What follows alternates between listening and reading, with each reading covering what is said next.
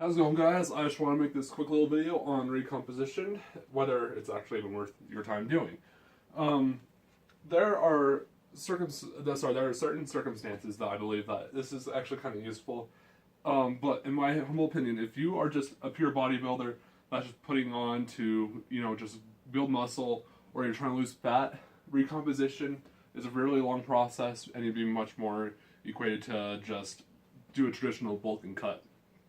But the two things that I'd like to keep in mind for you is when this is useful is what's your training experience like? Let's just say you are a novice lifter, but you're above like 20% body fat. Obviously, I wouldn't tell you to do recomposition because it's still not that effective. I still probably tell you to cut down to 15% body fat and just kind of stay in that range until you build at least probably like around 10 pounds of muscle, or even more if you want to, depending on the physique you want. But if you are advanced and you're like peaking out your like gains in general, I would probably recommend doing a recomposition type esque diet where you'd probably be in a surplus on training days and a deficit on rest days.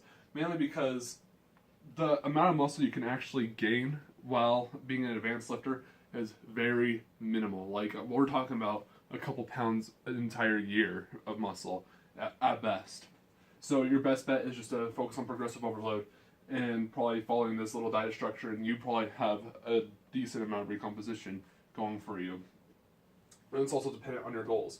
Obviously, let's say like bodybuilding is like a secondary thing, but you still want like a really good physique, but you're doing some other things. Like you're doing, let's say like you're doing like a sport or something, but you kind of need to keep your body weight probably relatively the same so your performance isn't hindered by too much body fat or being too lethargic when doing this kind of style of training.